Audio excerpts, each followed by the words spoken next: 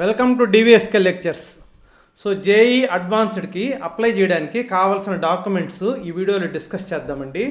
So మీరు కనుక first time నా ఛానల్ కానీ చూస్తుంటే సబ్స్క్రైబ్ చేసుకోండి. అదేవిధంగా ఈ వీడియోని లైక్ చేసి షేర్ చేయండి so that some of your friends would get benefited. So వివరాల్లోకి కానీ వెళ్ళామనంటే, సో మీకు ఆల్రెడీ తెలుసు, సో జేఈ అడ్వాన్స్డ్ 2023 రిజిస్ట్రేషన్స్ అనేటివి April 30th Sunday 10 o'clock start అవుతాయండి. సో మీకు ఈ లోపల జేఈ మెయిన్స్ రిజల్ట్స్ వచ్చేస్తాయి కాబట్టి, సో April 30th సండే నుంచి next Sunday May 7th 5 o'clock వరకు మీరు అప్లై చేసుకోవడానికి ఉందండి. సో కరెక్ట్గా 1 week టైం ఇచ్చారు.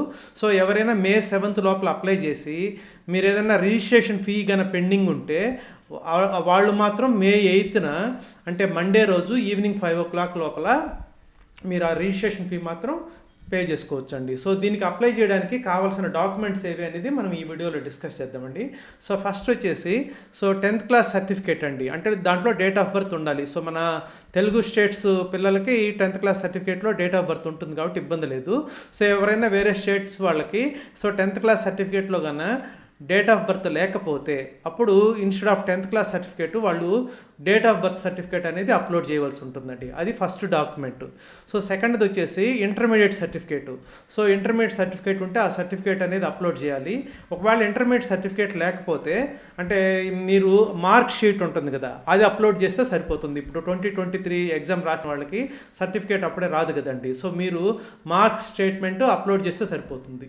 సో ఇది సెకండ్ సర్టిఫికేట్. సో అదేవిధంగా నెక్స్ట్ వచ్చేసి జనరల్ ఈడబ్ల్యూఎస్ సర్టిఫికేట్ అండి. సో ఇది చాలామందికి తెలుసు, సో తెలియని వాళ్ళ కోసం చెప్తున్నాను.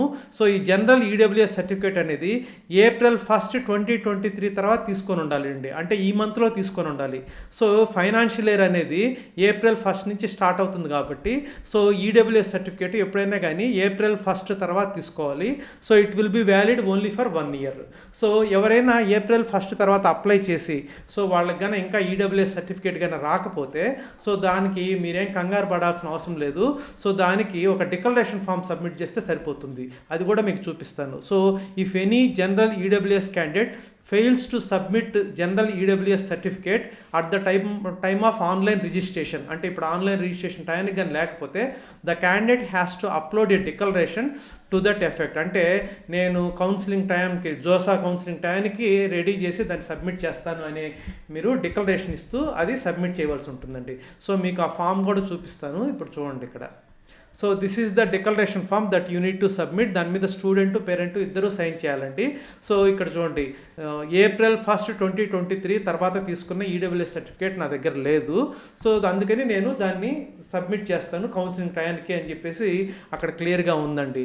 సో దాని మీద మీరు సైన్ చేసి మీ parent father or mother sign చేసి మీరు కూడా సైన్ చేసి దీన్ని అప్లోడ్ చేస్తే డిక్లరేషన్ ఫాము సరిపోతుంది. మీరు అయితే అడ్వాన్స్డ్ ఎగ్జామ్ రాసుకోవచ్చు. సో తర్వాత మీరు ఆ ఈడబ్ల్యూఎస్ సర్టిఫికేట్ జోసా కౌన్సిలింగ్ టైంకి అయితే మీరు తీసుకోవాలండి. సో నెక్స్ట్ వచ్చేసి ఓబీసీ సర్టిఫికేట్ అండి. సో ఓబీసీ సర్టిఫికేట్ కూడా April 1st 2023 తర్వాత తీసుకొని ఉండాలండి. అంటే ఈ మంత్లో తీసుకొని ఉండాలి. ఎవరైనా కానీ April 1st 2023 తర్వాత తీసుకున్నది లేకుండా మీరు జేఈ మెయిన్స్ అప్పుడు అప్లై చేసిన పాతది కానీ ఉంటే అది వ్యాలిడ్ కాదండి. సో అడ్వాన్స్డ్కి April 1st 2023 తర్వాత తీసుకున్నదే కావాలి. అది కూడా మీరు లేకపోతే ఈడబ్ల్యూఎస్ లాగానే ఒక డిక్లరేషన్ ఫాము సబ్మిట్ చేస్తే సరిపోతుంది. సో ఆ డిక్లరేషన్ ఫామ్ కూడా చూపిస్తాను చూడండి. ఇది కూడా ఇలాగే ఉంటుంది. సో April 1st 2023 తర్వాత తీసుకున్నటువంటి ఓబీసీ సర్టిఫికేట్ నా దగ్గర లేదు. అందుకని నేను ఇప్పుడు ఈ డిక్లరేషన్ సబ్మిట్ చేస్తున్నాను.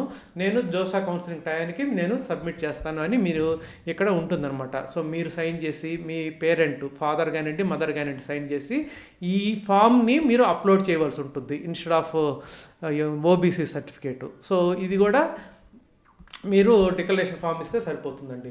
సో నెక్స్ట్ వచ్చేసి ఎస్సీ క్యాస్ట్ సర్టిఫికేటు, అదేవిధంగా ఎస్టీ అయితే ఎస్టీ క్యాస్ట్ సర్టిఫికేటు అప్లోడ్ చేయాలండి. డిజేబుల్డ్ సర్టిఫికేట్ ఉంటే పీడబ్ల్యూడి, సో వాళ్ళు కూడా ఆ certificate physical disability certificate PWD certificate అది కూడా మీరు అప్లోడ్ చేయవలసి ఉంటుందండి. సో నెక్స్ట్ వచ్చేసి అయితే ఇది అందరికి ఉండదు, ఎవరైనా రేర్గా.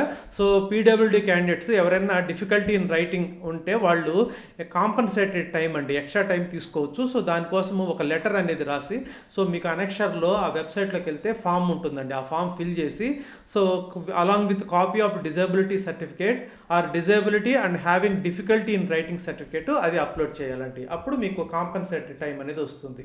సో అదేవిధంగా ఎవరన్నా క్యాండిడేట్స్ వేరే వాళ్ళ హెల్ప్ తీసుకొని రాయాలంటే వాళ్ళు కూడా రిక్వెస్ట్ లెటరు మీరు నియరెస్ట్ జోనల్ కోఆర్డినేటింగ్ ఐఐటికి లెటర్ ఒకటి పెట్టుకొని, so along with the copy of disability certificate or disability and having difficulty in writing certificate అది. So the candidates needing the service of a scribe వాళ్ళు మాత్రం ఇది కూడా చేయవలసి ఉంటుంది. So I hope you have understood. మీకు కానీ నచ్చినట్లయితే నా ఛానల్ సబ్స్క్రైబ్ చేసుకోండి. అదేవిధంగా ఈ వీడియోని లైక్ చేసి షేర్ చేయండి. Thank you.